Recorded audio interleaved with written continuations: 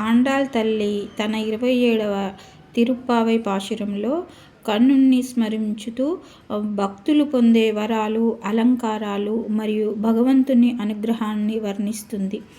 ఈరోజు విశేషంగా వైష్ణవులు ప్రత్యేకంగా నెయ్యి కలిపిన పాలతో చేసిన చక్కెర పొంగలి, అక్కరవడిసేల్ను నైవేద్యంగా సమర్పిస్తారు.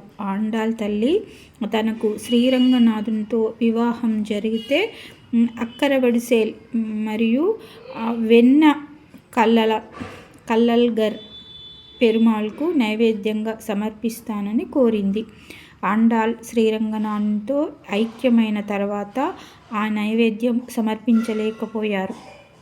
తర్వాత శ్రీరామానుజాచార్యులు ఆండాళ్ కోరినట్లుగానే కల్లల్గర్కు అక్కరవడిసేల్ మరియు వెన్న నైవేద్యంగా సమర్పిస్తున్నారు ఈ రోజుకి కూడా. ఆండాళ్ తల్లి ఒక పవిత్రమైన వ్రతము, నోము అనంతరం గోవిందుడు అంటే శ్రీకృష్ణుడు అనుగ్రహాన్ని పొంది ఆయనతో ఏకమైందిగా తిరుప్పావై 27వ పాశురంలో వర్ణించబడింది. తమిళ మాసమైన మార్గళి యొక్క 27వ రోజు కూడారై వల్లి. భగవంతుణ్ణి పొందడానికి ఆమె మనకు చక్కటి ఉపాయం.